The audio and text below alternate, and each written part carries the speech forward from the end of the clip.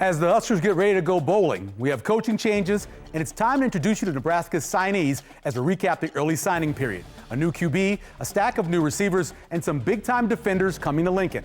We'll fill you in and preview the matchup against Boston College. It's all coming up next on Big Red Wrap-Up.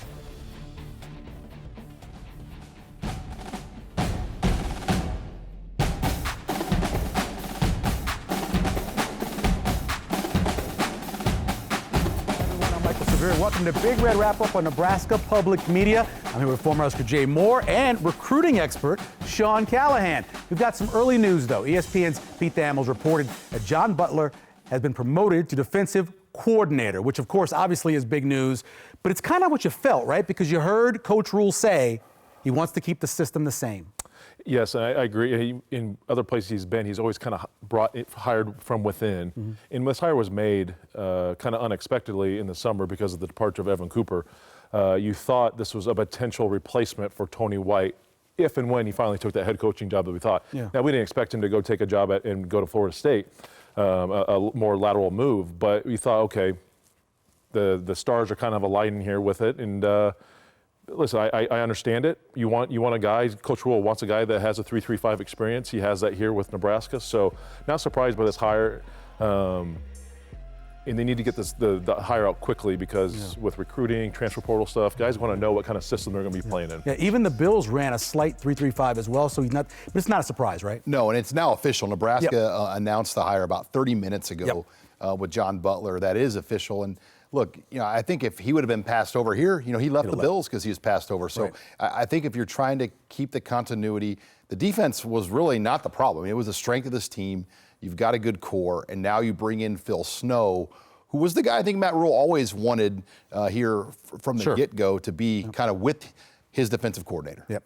We have that to cover and more tonight. We want to hear from you, of course. We have the phone standing by. If you're ready to call, you can call. You can also text and email us your comments or questions to bigred@nebraskapublicmedia.org. We're also monitoring our social media accounts tonight as well. Send us your thoughts on the Big Red Wrap-Up Facebook page or X account, and we'll answer as many of the questions as we can.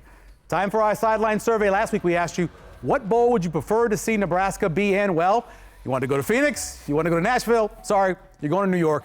Bad Boy Mowers Pinstripe Bowl only got 9% of the vote, but that's where Nebraska is headed. This week's question: how do you see the Bad Boy Mowers Pinstripe Bowl turning out? Nebraska blowout of Boston College, close Husker win. Boston College blows out Nebraska, close Boston College win, overtime loss. Right now, 71% of the people say close Husker win. I think we all not all of us, most of us feel that way. The biggest recruiting win yet, though, may be keeping Emmett Johnson out of the portal and bringing him back to Lincoln. Was this work of 1890? Was this NIL? How did that end up changing? He never really official went in the portal because it didn't start till Monday, but he did start the process. It was two things. But Dana Holgorsen was the main piece. Dana Holgorsen was on the phone with him, I know, Sunday. And after a conversation Sunday, the decision was made he was going to stay, and then he made that announcement probably about an hour or two later. And, obviously 1890 is going to play a key piece. And look, Emmett Johnson was going to get paid NIL money no matter where he went. Right. And I think for Nebraska, he wanted to be here, and I think he felt comfortable now moving forward, and it was the trust. I mean, he was in a position last year where he felt like he should have been the starter this year, and he didn't start the year off as the starter. And I think this, I think he now feels a lot better about where he fits under Dana Holgorsen. He's such a great all-purpose guy. You don't want to lose something like that. No, absolutely not. He has the ability to catch out of the backfield. We've seen that numerous times. Put his foot in the ground, get vertical, but also step up in a third down situation and pick up blitz pickup. He did it numerous times, especially against the Iowa game. Had a couple good pickups. So he is a three-down back. So he is a guy that's a huge keep. And I get it. Some of these kids in this situation, you want to put your name out there just to kind of test the waters, see what maybe else you can get. But for Holgorsen to keep him here and keep him within this offense, heading obviously into the bowl game and into 2025, a very big win for them. All right, let's jump into this recruiting class. TJ Lateef out of Orange County. I love the kid. I think he's got a quick release. Reminds me a little bit of C.J. Stroud when he was at Ohio State. Thoughts on bringing him in as the next quarterback? Yeah, I think for Nebraska, it was a hard sell to get a quarterback initially because you have Dylan Raiola. And at that time, you had Daniel Kalen.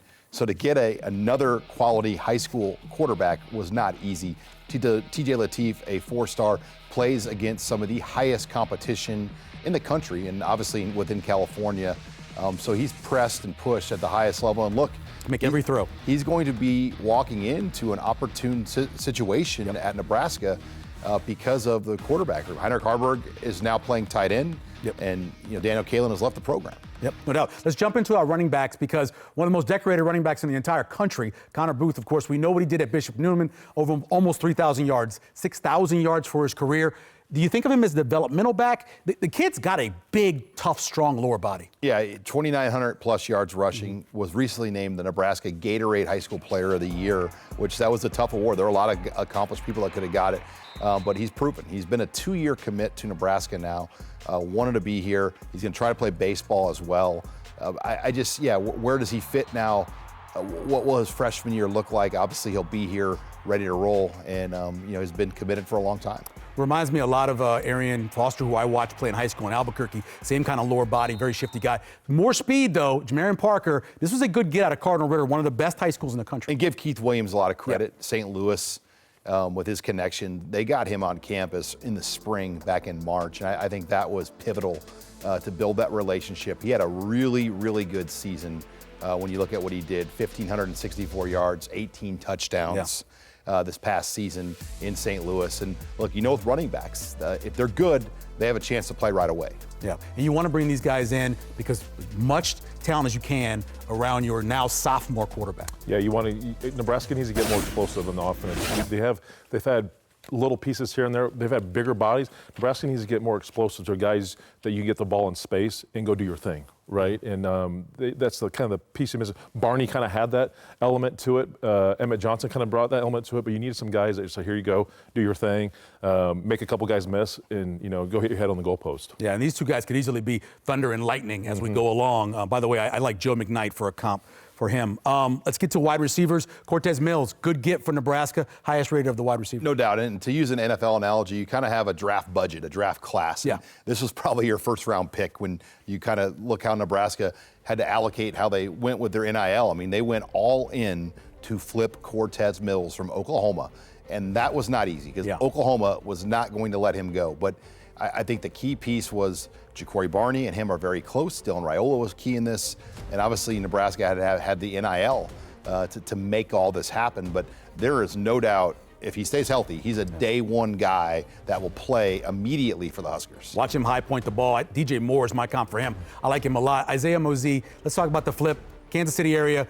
More athletic a little bit, more of a shiftier back playing inside. I like him as kind of a Steve Smith Sr. look because he's tough. Yeah, he's an inside guy. He played running back a little bit, and his father, Jamar, came on staff at Nebraska. So kind of a 2-for-1 move here by Matt Rule to get his father on staff. Then you get his son, who's a 4-star. They flipped him, Michael, from Oregon. He was a longtime commit from Oregon, but now they're in Kansas City. Williams Nwaneri, the former 5-star that was at Missouri in the portal. Well, guess who he played for in high school? Jamar Mosey. Right. So watch that one closely. Watch that one. Let's get to Jeremiah Jones because I put A.J. Brown for him, and I know that is an aggressive comp, but this kid is a big physical freak. Yeah, this might be your second-round pick in the class. Easily, yeah. When you look at him, on 3, our ratings team is absolutely in love with Jeremiah Jones. They have him ranked as high as any of the recruits in the class, and with his size, and I mean, everyone was all in on Michael Terry. This is a similar type of guy that can play a lot of positions, and it was a battle. Missouri and a number of other teams were trying to flip him on signing day, and again, it took Nebraska's collective to kind of close the deal on him late. But with his athletic ability, I'm really intrigued what he can bring to the table. Yeah, on 3, it's the #1 player in Kentucky and the 3rd best athlete in the group. Let's get to another great athlete, Jackson Carpenter, the little kid out of Southwest High. This is lazy, but Brandon Riley is who I comped him to. Brandon was fast, but he's faster. I mean, he's faster. Jackson holds the school record at Lincoln Southwest in the 100. 10.5 guy, 38-inch vertical, highly explosive. His high school team did not win a lot his junior and senior year, so he wasn't really featured at the highest level, but I think if he was on a Millard South or a West Side, one of the top programs, he would really have dominated and put up huge numbers But you look at him, he played 3 sports: football, basketball, was a great track athlete. He ran 10.68 as a junior in the 100. Let's go to Tanner Teach, the last of the wide receivers. This is one of the best players out of Colorado Nebraska's bringing in. It was kind of one of those years in Colorado where there wasn't a consensus number 1. Some people had him number 1 in the state, but yeah, he's a 10.8, 10.9 guy that had a really, really good year and was committed. And I think Nebraska wants to continue to go into Colorado and lock up the top players, at least get 1 or 2 every year. Yeah, 10.93 and 100 as a senior. Reminds me of Luke McCaffrey once he got to Rice as a wide receiver. He's tough, go get the ball. What do you think of this wide receiver class? It's really, really good. Obviously, get Mills. These guys are going to be coming in. A lot of guys are going to have opportunity to play. With losing Malachi Coleman, you have some seniors that are playing as well that are going to be leaving. You're going to have every opportunity to step foot on campus day one and contribute. You got to understand the play system, get in with Holgorsen, develop a relationship with Dylan Raiola, and it's going to be right there for the taking. And if you can make plays and you can be explosive, and you understand, and you work hard, it's going to be right there for the taking for him. All right, let's go to the key for any team, and offense especially, is the offensive line. And we start with Juju Marks, who is almost an identical look to Micah Mazuka. He looks same number, looks just like him as well out of Olathe, Kansas. It's funny, on his recruiting visit, he was standing and talking to Micah Mazuka on the sidelines. Yeah. But he was a late flip for Nebraska, Juju Marks. He was committed to Kansas, and Nebraska came in. Look, they need tackle bodies on this roster, and I think Juju Marks out of Kansas City gives them a great body and another Kansas City prospect where they're going to continue to push. The next one is Sean Hammerbeck, who's really interesting because this is a guy who played tight end, played some defensive end, a little bit like the way J.J. Watt did when he got to Wisconsin. Let's talk a little bit about what he brings to this offensive line. Yeah, number 1 player in South Dakota, unanimous in terms of the rankings on that end. And I think for Nebraska, it's important to always try to go up to South Dakota. They've had great success in South Dakota over the decades where, generally if you get that top player, they've gone on to be really good players in the program. Guys like Nathan Gary and and Matt Farniak and some of the players in recent years. And, I think Hammerback is somebody that really fits that mold that can play here right away. Yeah, and he's, you look at him already, he's already big enough to play offensive line. He's just going to get bigger. I can certainly see him as a tackle. Is it Kahina Torres? Kahana? No part at the end there. Let's talk about him coming in out of Hawaii, a place that obviously Nebraska loves to recruit, loves to get those Polynesians. And look at that high school, St. Louis High School, the home of Dominic Raiola. Yeah. So connection obviously to the Raiola family, and one of the top players in Hawaii. For Nebraska, they've really created a pipeline. Preston Taumua a year ago was from there, and then you have Kahana Torres this year. So 2 years in a row now, they've been able to go in to Hawaii and land 2 of the better offensive linemen. A little bit of a lumbering guy, a little bit like Javario Burks, who reminds me of a little bit. What do you think of this offensive line group? Really good. You have some, opportunities, right? You have some with Benhart leaving, Turner Corcoran having the injuries. Some young guys have had to step up, and the young guys stepped up big time this year. You want to talk about Evans, Gatula, Latovsky. Oh, yeah. You're going to have some opportunities. Again, some young guys that I brought in last year that were more development. It's going to be an excellent opportunity for these guys to step up. And if you commit to the nutrition, weight room, and you understand everything, the opportunity is right there to step in and play day one. Move over to defense. I actually think this position is the best of the positions they've recruited based off of the guys they have in here. We start off with Dawson Merritt, and I know it's the number and the way he stands, but he looks like Randy Gregory. Come on. He looks just like Randy Gregory. For Nebraska late, this was another flip from Alabama, and they worked hard to get Dawson Merritt in this class. Alabama had him, committed in the spring, and he had visited Nebraska multiple times. You knew he wanted to be here. But it just, at the time, in his heart of hearts, he thought Alabama made more sense. But as the process moved on, Nebraska was able to flip him and get him on board. And his father works for the Kansas City Chiefs, so a very football-savvy family.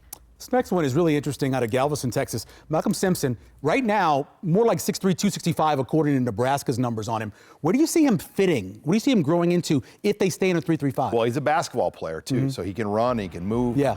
He's somebody that has elite upside when you look at his body and his frame and the way he moves and the year that he had. Yeah.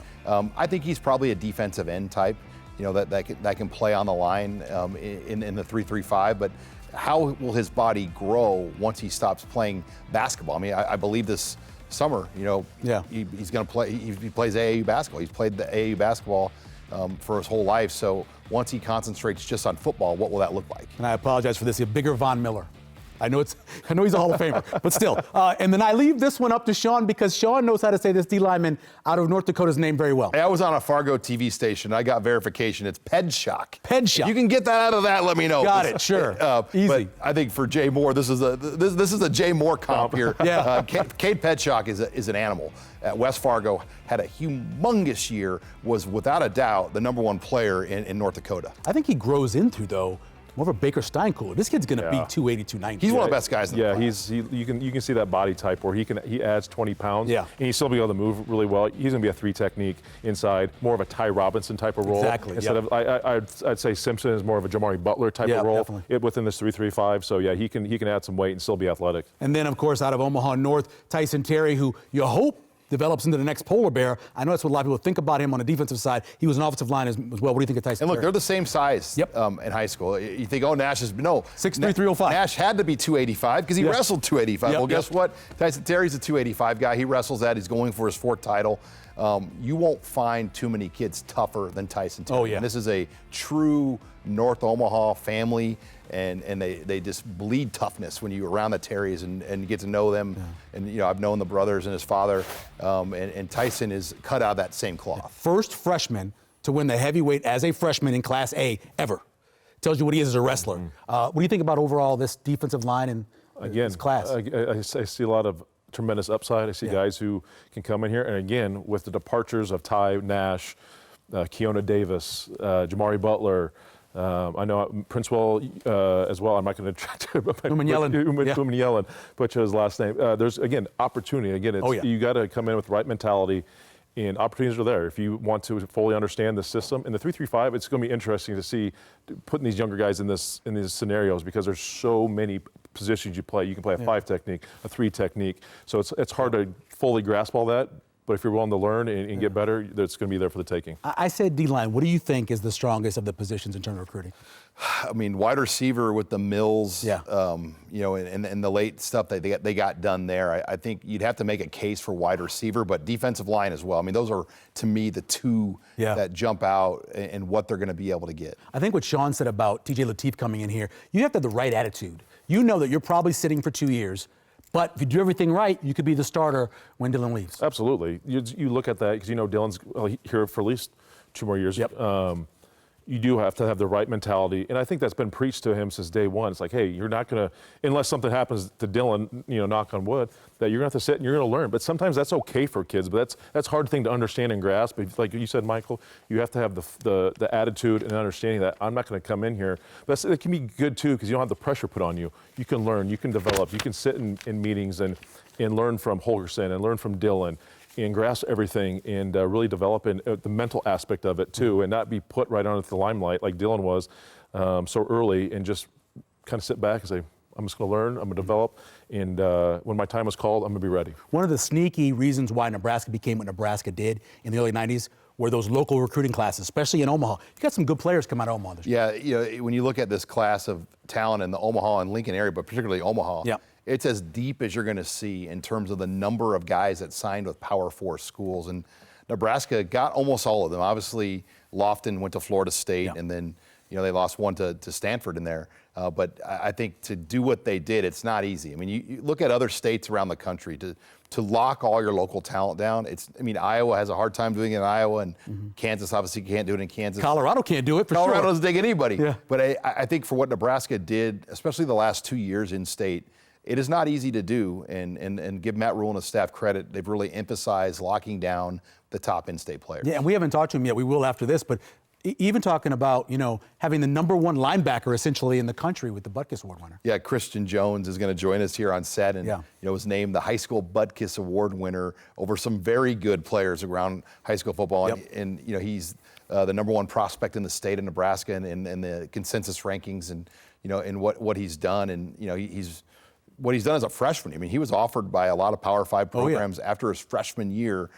So for him to handle that pressure and get to this point tonight where he's carrying that Butkus Award winner into our studio, a pretty special run, and it's just starting for him. All because of good parents. That's why.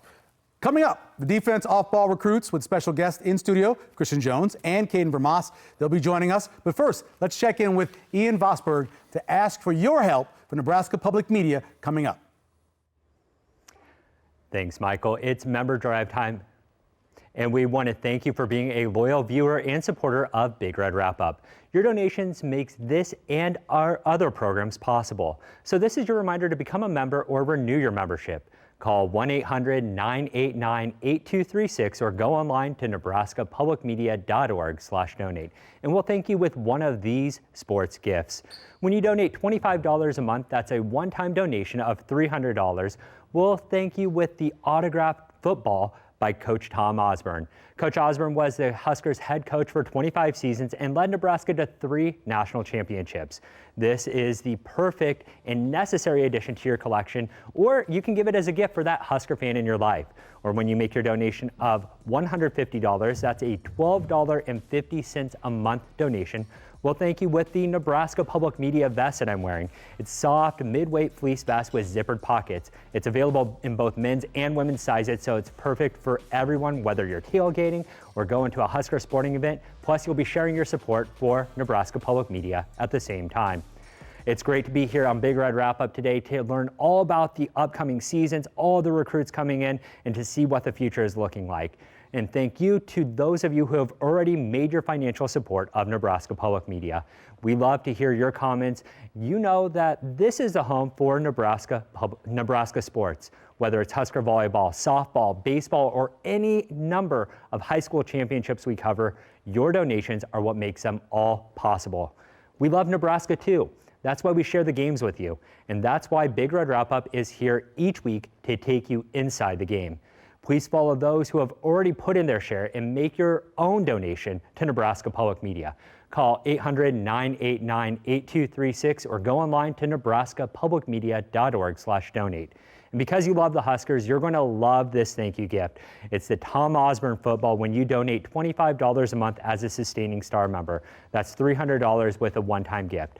It's perfect for your Husker collection, and we only have a few of these left. Or you can make your donation of $12.50 a month. That's a one-time donation of $150, and we'll thank you with the Nebraska Public Media vest that I'm wearing. It's available in both men's and women's sizes, and it's perfect to show your support and to stay warm. So go ahead and make your support right now. I'll be back before the end of the show to remind you of those thank you gifts, but now let's send it back for more Big Red Wrap-Up and learn about other future Huskers. Thanks, Ian. We appreciate it. Let's welcome in now Christian Jones out of Omaha West Side, your high school Butkus Award winner. Christian, thanks for coming, and we appreciate it. Yeah, thanks for having me on. When you look at this team and you look at John Bullock and all those guys leaving out of the middle, do you think, based off what you know about this program, that you can play right away? I certainly think I could play right away, but I had to earn it. I don't think I'm entitled to anything. I don't think I will have an easy way to get there to that starting spot, but if I earn it, I feel like I could have a really good shot. Where do you think you've kind of fit in with this 3-3-5? You know, your inside guy, a jack guy. What has the talk been with Coach Butler, Coach Wuerl, where you think you're going to step in and how you're going to fit in that 3-3-5 role? Yeah, for sure. I don't think I'll be big enough to play that jack position, or at least I don't think I'm going to keep growing to be in that perfect ideal height and weight for that. But I believe I'll be in that inside position, that Mike Will position, probably more so what John was playing this year. Christian, the recruiting process, go through that again. I mean, it had to be stressful. You went on a lot of visits, and how relentless was Nebraska to keep you in state? Yeah, I would say they had the most effort out of everyone. Every school I've ever, been recruited by, they call me every day or text me every day, and yeah, it was a lot. That's for sure. Talk a little bit about, because I talked to a lot of former Huskers who grew up in the Omaha area, and the competition between them and the other players in the area. You're looking at their stats. Do you do that? Do you kind of look and go, okay, how'd that guy do that I'm kind of competing against in terms of being the #1 recruit in the state? Another, like metro area? Yeah. No, I wouldn't say I really get caught up in that, because I feel like when you read up a lot about yourself, you kind of get lost in that. You kind of just not a good way to look at it, because you just got to look above. You're not like down below. You just got to keep getting better. Got it. Christian, I'm kind of interested. So I grew up in Omaha. I went to Elkhorn, Nebraska kid through and through. Wanted to play Nebraska football my whole life, but when I was growing up, Nebraska was dominant. They're winning national championships, they're winning conference championships, they're in the top 10. every year. Obviously, with the recency kind of bias, Nebraska's not been in that situation. So when you're looking at Nebraska, and then let's be honest, they've struggled, right? Yeah. How'd that weigh? I know they put a ton of effort into there, but Yeah. how's that weigh when a program struggled, but you want to stay home, be that hometown kid to kind of turn these things around? How's that their struggles kind of weighed on your decisions? Yeah. When you're kind of looking at the whole, outlook of the recruiting process. Yeah, there's a lot to that because, me growing up, I've never seen a national championship or seen an Orange Bowl or Rose Bowl be won. And so that was kind of why it took so long to see what the best decision was, because I don't like losing. I don't like it at all. So I wanted to go to the best place where I could win and get developed. And then that's why I kind of pulled the trigger right after the Colorado game, is because I saw Coach Rule, he started building that culture up, and I saw them play differently. They had more of a killer mindset. And that's kind of was the selling point, was I saw Coach Rule really bring that out of them, and that's what I was looking for. And if I would say they don't win against that Colorado game, I think definitely be in a different place. You'll play in 2 All-Star games, the All-American Bowl in San Antonio, and then the Polynesian Bowl in Honolulu. How excited are you for just the opportunity? I mean, going to Hawaii is one thing, but Yeah. just to be with 4- and 5-star guys for 2 different settings in All-Star games. Yeah, I mean, it's been a goal my whole high school career.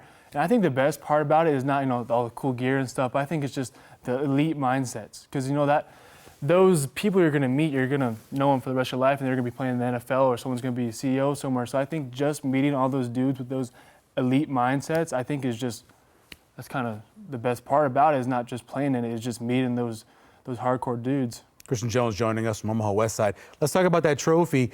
I'm assuming you were on like a finalist list, so you knew you had a chance. Talk about when you found out you'd won. Yeah, so on Monday, Matt Buckus came to my school in the morning. We had weights in the morning at 8 a.m. And so I see this he's a big dude, Yeah. walking in. I was like, that guy looks familiar. And then he starts getting closer. He's got a camera crew. And I see the number 51 for Dick Buckus. I was like, okay, I kind of have a feeling what's going on. And then start talking. He's like, hey, let's go outside. And a little less quiet because we were in the weight room. And I see this pedestal with a blanket over this. And I was like, oh, this is cool. And then, he uncovers it and shows me and gives it to me. And it was a very surreal moment. And just, it's an honor to be named it. Wow. What's it like having so many former teammates at Nebraska too? Caleb Benning, Tristan Albano, a guy that frequents up on the stage as well when your coach is Damon Benning, being a former player there. Their kind of influence on helping you making that decision to come to Nebraska. Yeah, all of them never were like, hey, man, we need you to go here. We need you to do this. Like, all of them were like, hey, I want what is best for you. I had friends like the Rezacs, they would Notre Dame. They're like, oh, we would love you here, but we want you to do what's best for you, and we will support you no matter what. Yeah. And all of them were in my corner. They weren't pushing me in one way or the other way. So that's what I'm really grateful for, is they really just were like, hey, man, what's best for you is what we're going to support. Now, what's next for you? Obviously, since you're in the All-Star games, you're not going to be able to come on the bowl trip because you're going to focus on the All-Star games. But when do you get to Nebraska? Kind of what's the schedule for you to be a Husker now? Yeah, I mean, we're just going to get right into it. We got winter workouts and just going to attack it and just kind of, get used to that life. It's a job now. So I'm excited to get to work and write all my goals out and go attack them. I want to go back to what you're talking about, the Colorado game. Yeah. Because every player I talked about how exciting that night was. Can you describe what it felt like to be down there on the field and you got the drones and all that stuff? Yeah, I was kind of just sitting there. I was like, this could be me in the next couple of years. And I just kind of really felt like I want to be a part of that. They win, and there's a lot of pressure in the game. And they really played up to what they needed to play to. I was like, okay, I can do this. Let's go. Yeah, that pick six had to be the loudest moment. Dude, that was probably the loudest I've ever seen Nebraska. That gave me goosebumps. That's awesome. Christian, we appreciate it. Congratulations again on the Thank award. you. I appreciate and good that. luck going forward. Yes, sir. All right, Christian Jones joining us here. Let's talk about the rest of the folks off the ball. Another backer from Omaha, Millard North's Pierce Mooberry, who ended his career with 153 tackles, 13 and a half TFLs. What's he kind of bring, Sean, a little bit to what he can do in terms of transferring from, first being kind of a safety down into being a linebacker? He was a pretty good wide receiver and tight end as well. Yeah, real similar to Christian, honestly, because Christian was a great receiver and tight end. But when you look at Mooberry, he reminds me a lot of Sean Fisher when he was at Millard North.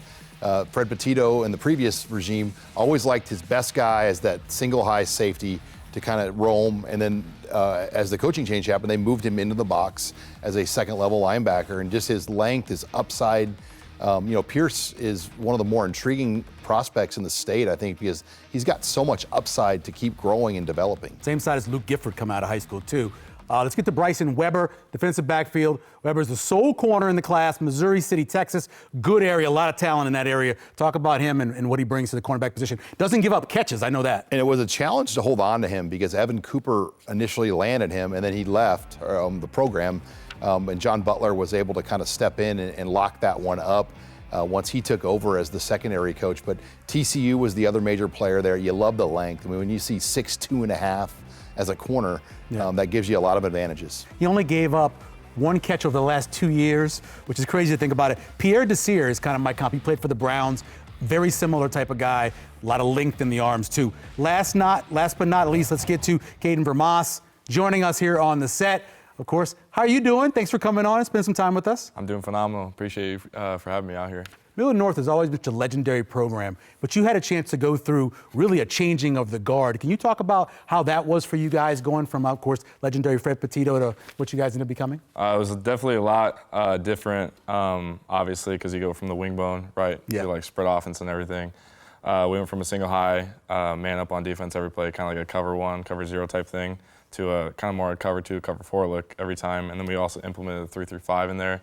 So we had to kind of spend a decent amount of the offseason like helping kids figure out what zones to be in, because none of our kids really knew what to do. The only way we knew that was because like playing Madden. Like that's how only of us usually did it. So that was definitely cool. But yeah, Coach Burrell, he implemented a lot of more explosive workouts, a lot more speed training because he was a track guy. And then he actually wanted me to go out and do track, so I decided to go out and do that. And yeah, we had a few football players go out and do track because previously we never really had a lot of guys do track. And yeah, so that was definitely a lot of fun, and yeah, we got after it. So, Okay, when I first walked in the studio tonight, I met you first time. I'm like, okay, I knew he was playing safety. I'm like, this is Isaac Gifford right here. Yeah. So have you gotten that a lot? Is that kind of where they are projecting you to kind of similar role of how Isaac played within this defense as well? Yeah, so so Coach White before talked about Rover, and then obviously Coach Butler, Coach Rulli all talked about Rover.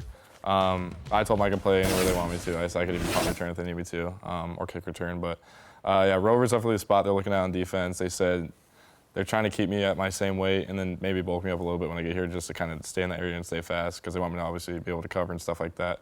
But yeah, so that's kind of where they see me at, because they don't really see me as like deep high safety kind of thing. They want me more in the box to fill runs and stuff like that. So. Caden, you committed really in the spring of your junior year. First, right? First one. And you were the first guy. Yeah, I mean, you committed before Matt Rule even coached a game. I mean, just to stick with this staff that long, I mean, what did you see in Matt Rule and what they were doing to obviously jump on that opportunity immediately in spring of your junior year?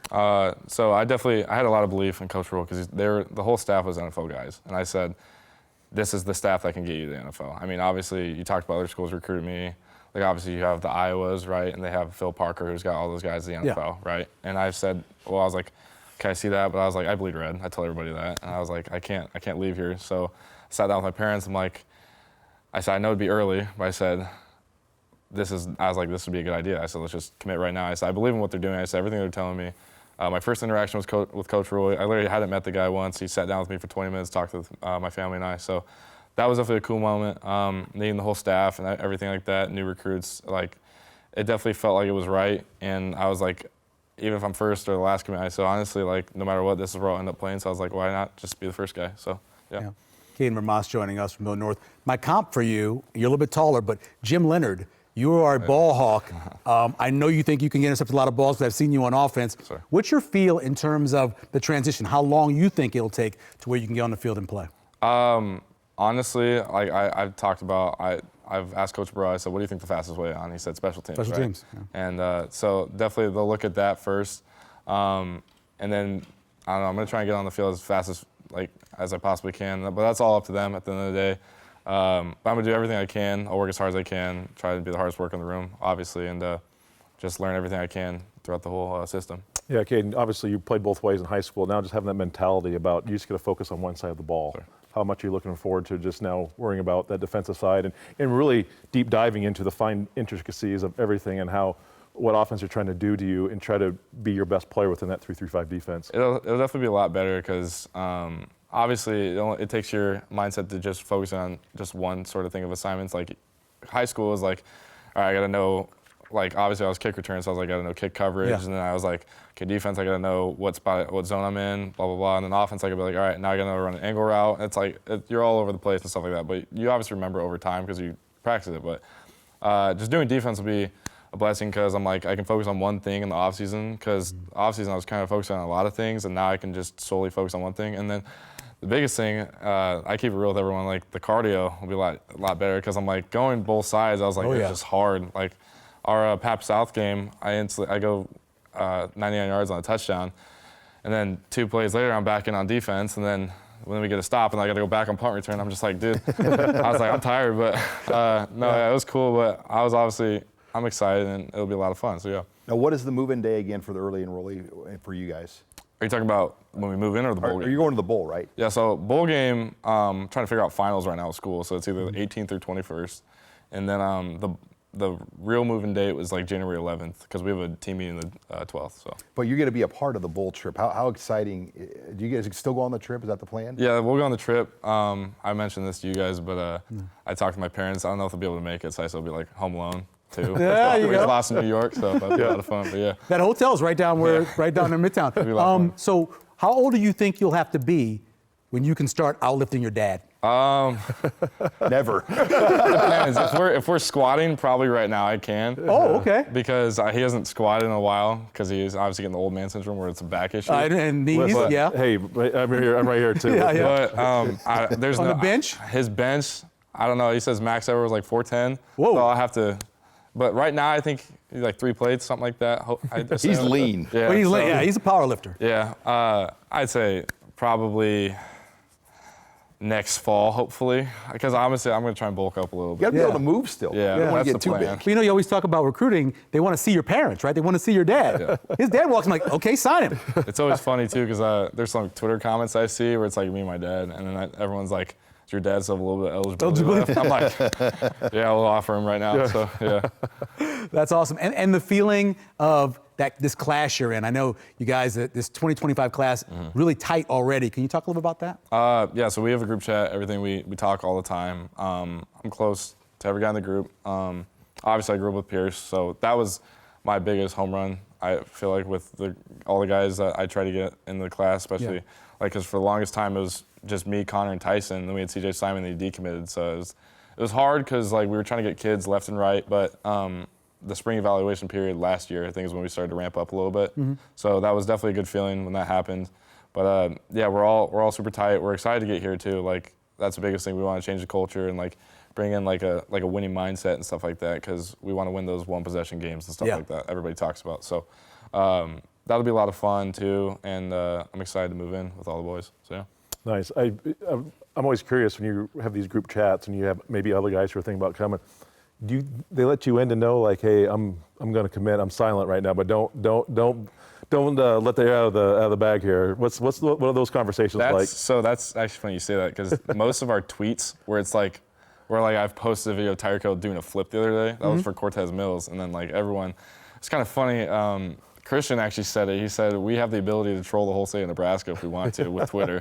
So yeah, it's kind of funny, but yeah, we add kids to the group chat and they basically tell us like, hey, let's keep it silent. We're like, all right, cool. And obviously we're like we respect it too because we all went through our processes and stuff like that. So we just kind of just are like, all right, let's keep on down low. So yeah. I have a concern with 2 teenage boys. I'm always worried about their mental health. You mentioned social media. Yeah. How do you balance that? Because it's now a part of your NIL or ability to make money. At the same time, people can be a little toxic. Yeah, I mean, that's like I've always told people, you're going to hear everything. Like, especially if you're somewhat successful, like I'd say, like most of the athletes are, obviously you're going to hear stuff. But the only thing you can do is just put it aside and say, you know what, I know who I am.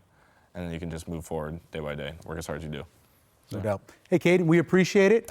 Enjoy the trip to New York City. Don't get left behind. Got you. And good luck going forward. Sounds good. Thank you, guys. Appreciate it, Caden Verbaas. We appreciate that. All right, when we come back, we're going to chat more about Boston College and the Bad Boys Mowers Pinstripe Bowl. But I'll check back in with Ian. Hi again. Teams are only possible because of the support of their fans. We know because fans of Nebraska Public Media have been supporting us and making programs like Big Red Wrap-Up possible for decades. Call now and show your support. Call 800-989-8236 or go online to nebraskapublicmedia.org/donate. When you make a donation of $25 a month, that's a one-time donation of $300, we'll thank you with the autographed football signed by Coach Tom Osborne. Coach Osborne's a household name, and he was coach of the Huskers for 25 years. This is an absolute necessity for your Husker collection. Or when you make a donation of $150, that's $12.50 a month, we'll send you the Nebraska Public Media vest that I've been wearing. It's perfect for tailgating or wearing to any Husker sporting event. Plus, you'll be sharing your support for Nebraska Public Media at the same time. It's a soft mid-weight fleece vest with zippered pockets, and it's available in both men's and women's sizes. When you make your donation to Nebraska Public Media, you're supporting more than 200 hours of collegiate and high school sports programming every single year on Nebraska Public Media. That support allows Nebraska Public Media to broadcast Nebraska high school state championships, including basketball, wrestling, volleyball, baseball, and softball. You help broadcast Husker volleyball, baseball, and women's basketball, Creighton volleyball, soccer, and baseball. No matter how much you decide to donate, I invite you to make it a monthly gift. Visit our website at nebraskapublicmedia.org/donate or give us a call at 800-989-8236 and tell us you want to become a Sustaining Star member. From then on, your donation is automatic. Monthly donations mean we can count on you as we produce upcoming programs for Nebraska Public Media, just like Big Red Wrap-Up. When you donate $25 a month as a Sustaining Star member, we would love to thank you with the autographed football by Coach Tom Osborne. We only have a few of these left, so go ahead and make that donation so that you can have one in your Husker collection. When you make your donation of $12.50 a month as a Sustaining Star member, that's a $150 one-time gift, we'll thank you with a Nebraska Public Media vest. It's soft mid-weight and it's fleece, and it's available in both men's and women's sizes. You'll also be showing your support for Nebraska Public Media no matter where you wear it. To those of you who have already donated and become members, thank you. And to everyone else watching tonight, thank you for your support of Nebraska Public Media. Thanks, Ian. Want to get one of those sweet vests. That's what I need to get. Welcome back to the wrap-up. Let's talk a little bit more recruiting as we pass out of that to Big Ten recruiting. Coaches, Oregon, number 3, Ohio State, 4. 15th was Penn State, Michigan 16th, Wisconsin 22nd, and Nebraska 24th. That's according to On3. You'll see different recruiting rankings all over the place. In the college football playoff rankings, Oregon is still number 1 in the CFP rankings. Penn State dropped to number 4. Ohio State moves to number 6. And the Hoosiers moved up to number 8, with Illinois in the rankings at number 20. How did you feel the bracket looked? What did you think about it? SMU getting in there, Alabama not getting in there. What did you think of the bracket? Yeah, I think Alabama, that was a tough one. It was up to SMU and Alabama. I think I had to lean with SMU. I get the strength of schedule perspective. You can't get dominated by Oklahoma like that. Or They're Vanderbilt. 6-6. No, At least Vanderbilt was playing well then. Oklahoma wasn't playing well. My biggest argument, too, is like, hey, if SEC, you want to have the gripe, Yeah. why don't you go to 9 conference games, too? Yep. So you got to have that aspect. So I'm okay with SMU there. It's, you take the Boise over a Clemson, right, in that scenario. But I tell you what, I can't wait to watch it. I mean, the Indiana going to Notre Dame, staying technically in state and just seeing how it all plays out at their home stadiums. And you could get weather at Penn State, weather at Notre Dame, weather at Ohio State. It's going to be fantastic TV here in a couple weeks. This is probably the last time it's like this, though, right, Sean? Because if you look at what happens, Oregon's got to get the win out of Tennessee and Ohio State, which is a much tougher run than, say, a Penn State if they can knock off SMU at home and then get Boise. Yeah, when you have the at-large bid teams, those could be your 3, 4, 5, 6 best teams. Yep. And I think in theory it sounded good to give the conference champions these buys. Right. But that was when the Big 12 had Oklahoma and Texas. Right. College football looked a lot different when this puzzle was created. Now all the power and the money and the high-ranking recruits are in 2 major conferences. You can say what you want, but the Big 12 and the ACC, for the most part, recruit nowhere near the level of those 2 leagues. Exactly. And they have nowhere near the draft prospects. Now there's a couple ACC teams like Clemson, Florida State, and Miami, but other than that, in Notre Dame's it's on its own. I do think the SEC and the Big Ten have an argument because they do play better competition week over week. Yeah, I kind of like Arizona State. I love Kenny Dillingham. Forks up. This week around the Big Ten, there are 2 teams hosting first-round college football games. 12 teams made the postseason, 4 in the college football playoff, and 8 bowl bids. For the season, the Big Ten finished with a winning percentage of 77.7% of their non-conference games. Let's take a look back at the sideline survey early results. How do you see the Bad Boy Mowers Pinstripe Bowl turning out? 69% of the people say close Husker win. 21% say, as Sean does, a close Boston College win, and a little bit of numbers. Don't give away the picks. And they'll see it later. So let's talk about this game and the way it lines up a little bit because, again, I like the backup quarterback who's in there for Boston College. I think they can really run the game. But I'll tell you this. Sean said it a second ago. ACC is not the same level of competition as the Big Ten. And if you look at these bowls, a lot of times when it's ACC versus Big Ten wins these games. Yeah, I would definitely agree. And again, I think the biggest thing you come to these type of games is who wants to be here, who's appreciative of being here. Oh, yeah, motivation. Yes, motivation is the biggest thing. Who's going to attack these 13 to 14 practices, whatever they get, or who's going to get through them? Who's just going to kind of try to get through them because they have to, right? Who has the better attitudes? How many guys go through the portal? Obviously, that's a big thing. How many guys get injured in the 2 weeks leading up to this? But BC is a heck of a football team. Bill O'Brien's a hell of a football coach. Respect the heck out of him. But I tell you what, it's going to be a classic, I believe, a low-scoring game. Weather obviously has a ton of factors in this game, but I like Nebraska's defense against Boston College's offense in this game. I think that's where it's going to come down. Even with Nebraska losing some key guys on the defensive side of the ball, I think there's still enough there in this game that Nebraska can do some damage. Since Grayson James took over, they're 3-1. The last 3 games, they've averaged 34 points, 227 yards passing, 4 TDs, just 1 interception, and an impressive 46.5 rushes a game. Yeah, they run it, and they're physical in what they do, but they're efficient in the passing game. They have 24 touchdowns to just 7 interceptions through the air. I mean, they're a Bill O'Brien run offense. Bill O'Brien knows how to put together efficient offensive units. You brought up that ACC point, though. I want to go back to that. The Big Ten is 8-1 in this bowl. Yes. The Big Ten has won, I believe, the last 7 in a row. Duke beat years ago Indiana, and that's the only ACC win in this game. The Big Ten has dominated Pinstripe Bowls in its history. So there are a lot of things that favor Nebraska, but there is no history with these 2 teams. They've never played in the history of the program. I can tell you there were a lot of Husker fans that wanted Bill O'Brien. When that coaching search was happening, you heard them say, oh, Bill O'Brien would be great. We'd like him. Former NFL coach. We know he did those 2 years at Penn State under really tough situations. As Matt Rule said today, he kind of, was that yesterday, saved the program a little bit at Penn State coming in and did what he did. What do you think about Bill O'Brien? Again, I respect him. I was one of those guys that said if Nebraska would go and hire Bill O'Brien, I was all for it. Obviously, what he did with what Penn State was dealing with at the time. Oh, yeah.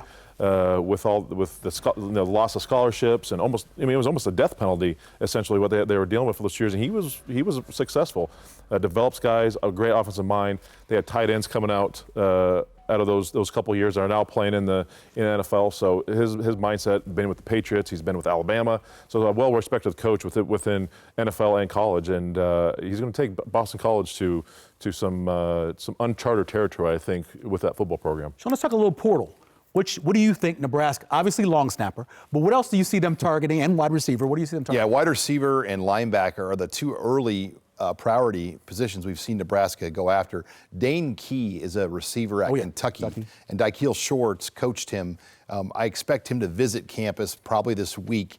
They have not hosted a portal visitor yet. That will begin Wednesday. So starting Wednesday, I think you're going to see a flood of portal prospects make their way to campus. Dana Holgorsen hinted that it could be anywhere from 20 to 30. Now, they're not going to take all 20 or 30, but Matt Rule is throwing out the number. They'd like about 15. Right. Maybe 7 offense, 7 defense, and a specialist. They might even look for a kicker. I mean, I think there's some quiet discussion. Kicker or punter? They definitely did punter. Both, possibly. Yeah. I mean, I think if do you have enough on Camden Cook to know that you can go forward? I think you can also get a punter later, too, in the spring. If you really had to find one, the right one would probably be out there. It's always good to bring in competition. Let's look at the list of the portals leaving Nebraska, because we kind of talk about a little bit when you look at the list. How much is it trying to match up these positions in the portal? Well, I think the quarterback one is interesting. Will they be able to find somebody else? I mean, there's a Jalen Gramstad too. Will he come back for a 6th year? They need to get depth at that position, especially if Harburg's not there. But defensive line is the real hit spot where they've taken the most lumps. Williams Nwarni, though, now going in the portal. That should get your attention. He played for Mosey at Lee Summit North High School, former 5-star. Didn't redshirted this year at Missouri. Played only 50 snaps on the year in 4 games. That's a big priority portal name to watch. The good news is Nebraska rotates so many defensive linemen. do. The problem is the majority of those guys are leaving. Yeah, James Williams, Kai Wallen, Keona Davis, Prince Well. Maybe we get Keona Davis to come back. Maybe. Speak into existence. I love that. These guys, I look at this, you do lose some key pieces, you do play a lot, but these aren't, in my opinion, these aren't absolute game changers. These aren't guys that come in and they're not irreplaceable in my opinion. I think you can go out there and find guys that are same, if not better than those guys that step up and play. Listen, I don't want to lose players, but this is the business we're in. You got to go replace them. But Nebraska playing a ton, but they're going to find some guys now. It's an opportunity for these young players to step up here and play in developing these next 2 weeks and go prove yourself. And you can definitely do that through these bowl practices and bowl prep. Jim on X wants to know about Nebraska having 2 linebacker coaches, an outside, inside. Do you think maybe that means they'll play more 4 linebackers?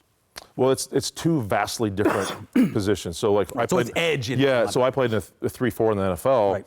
And Mike Singletary was inside guy. We had Patrick Willis, who was in my draft class.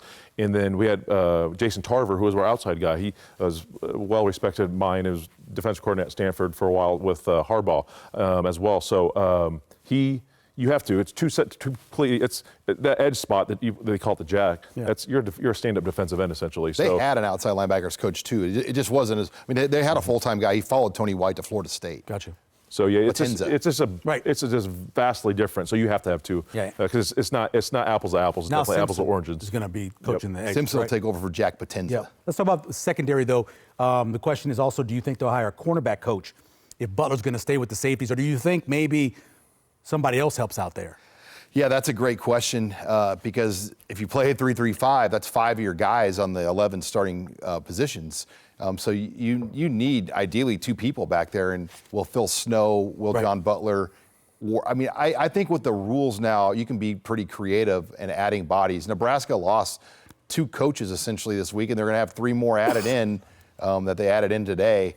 So I think you can be really creative, and that number of 10 that used to be limited at, you could easily get away with way more than that now, with close to 20 guys if you wanted to have a position coach and an assistant position coach like it would be in the NFL. Terry Braden coming in from Kansas City. Your thoughts on bringing a guy in that has that background in the NFL for those young players? Yeah, guys love it. John Blake was my defensive line coach here at Nebraska. That's right, baby. Yeah, right. And he had the gift of gab. I mean, he could sell a ketchup popsicle to a lady in white gloves.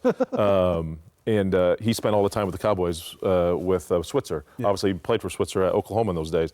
So having that, it's like, hey, when I had Charles Haley and Leonard Lett, Leon Lett and these guys, guys want to hear that. Guys want to hear how, man, I can see you doing this on Sundays. I can see you doing this in the NFL playoffs. So recruits and college players, because that's the ultimate goal. Even though you're getting money now, the ultimate goal is to get that first NFL contract and be drafted. So guys love that. That's a huge recruiting thing, but it's also a good motivator for young players. Sean Bob on X wants to know, has there ever been a high school Butkus Award winner in Nebraska before? Do you know? No, not that I know First of. one? I mean, the guys that Christian beat out, I mean, they were 5-star players. So, I mean, it's a really, really prestigious award that Christian walked in here with tonight. And, I think even his own school, when he walked into Westside High School, I mean, that was a shock to everyone on Monday that he brought the Butkus, Dick Butkus' son, brings the Butkus trophy into Westside High School. I mean, that's pretty cool. That's a pretty surreal moment, and one I'm sure Christian's never going to forget. We've talked about a lot of different positions, but special teams essentially probably cost them the Iowa game. Special teams may have cost other games as well. Still got to fix that, though. Yeah, 100%. And in the Big Ten, where teams are, and it just seems like in all conferences now, the bottom and the top are coming closer together. It means it's going to be closer games, better competition. And those single score loss games that Nebraska we've got so familiar with is because of special teams, missed field goals, dropped punts, really a non-existent return game, period, whether it's a punt return or kick return. Nebraska has to flip that. You have to get explosive guys who can go kick the ball or catch the ball and make people, one guy miss. That's all you got to do and get vertical. You got to have a snap. Yeah. That's the most important play in football is the snap, whether on special teams or offense. You got to have guys that can do that, so you can go get that. And I think Hull's the guy, and he did have Ivano too if he deals with his injury. But Hull got some confidence. But you got to find your guys in there to get this going because you're going to have more close games in the future, and special teams makes all the world of difference. Speaking of special teams, Boston College is last in the ACC in punting, by the way. They're also first in penalty yards. They have the least amount of penalty yards of anybody in the ACC. All right, it's a big Ed Foley game. He's is. got the ball. His brother was the quarterback for Boston College. yeah. I mean, they've got to be aggressive. I think especially with some of the depth questions that Nebraska has on defense. An X factor in this game is special teams. Can Nebraska create a play? They have been so close to outright blocking a punt this year. Carter Nelson's probably almost blocked 5 punts. When Malachi Coleman was here, he almost blocked one against Rutgers. Can they get one of those punts? Can they do something in that area of the game? Yeah, and you get all this time too. Look for a lot of fake punts. Oh, yeah. A lot of double reverses on kickoff returns. You get all sorts of different stuff you can throw in there to mix it up because you got all these extra practices and you got to find something else to do besides bang your head against the wall with some of your young development players, even though they need it, trust me. But you can find some unique scenarios with the special teams. Oh, sure, you got Harburg there. Yep. You might double pass, or Yep. stuff like that as well. So that's certainly something you can see with all. Whenever coaches have time, especially offensive coaches, they're going to come up with some crazy stuff and try to get to that. Let's go to burning questions. What do you got, Sean? Burning question for me is what will portal month look like for Nebraska? These next 2 weeks really will kind of define the roster. And one other note, we'll learn the schedule. Yes. Tomorrow. So at 1 o'clock on Wednesday, we'll get a better roadmap of what Nebraska's Big Ten schedule is going to look like for 2025. Yeah, I'm interested to see what the motivation is for both teams heading into this game. I think I've hit on it numerous times, but who wants to be there? Who attacked these practices? Who wanted to get better? Who's appreciative? Who wants to go see New York and just and be involved? I think both teams are going to be there. That's why I think it's going to be such a good game at 11 a.m. on December 28th. So I'm just excited to see those two things play out and see how that cookie crumbles. Sean stole my burning question because the third most important day in the Big Ten behind the Big Ten championship game, Ohio State, Michigan, the game, is now when they put the schedule out. Will you have more of the bottom teams in the conference or more of the top teams? Can you avoid the top 4 or 5 like in Indiana did, only playing one of them? It's an important day for Nebraska and for the rest of the Big Ten tomorrow. Don't forget to head over to the website, Facebook page, and X account, and click on the prediction. Jay, Sean, and I will tell you exactly what to expect in the Boston College game. The Huskers' final game will be Saturday, December 28th on ABC in the Bad Boy Mowers Pinstripe Bowl against Boston College. On Tuesday night, January 7th, we'll have a special bowl game recap, Big Red wrap-up. We'll take a look at the transfer portal, and the show overall will be, of course, live on World, Facebook Live, and YouTube Live at 7 p.m. on Tuesday. You can always catch the re-air at 10 p.m. on Nebraska Public Media. And this Sunday, you can watch the 24th-ranked Nebraska women's hoops team at noon against Chattanooga on the Nebraska Public Media. And then Tuesday at 6 p.m., Wyoming is visiting Creighton, also live on Nebraska Public Media. And don't forget to check out Nebraska High School Classics anytime on youtube.com/Nebraska Public Media. Our thanks to Caden Vermas and Christian Jones and their parents for bringing them here as well and being on with us. For Jay Moore and Sean Callahan, I'm Michael Severe. We'll see you next year on Big Red Wrap-Up.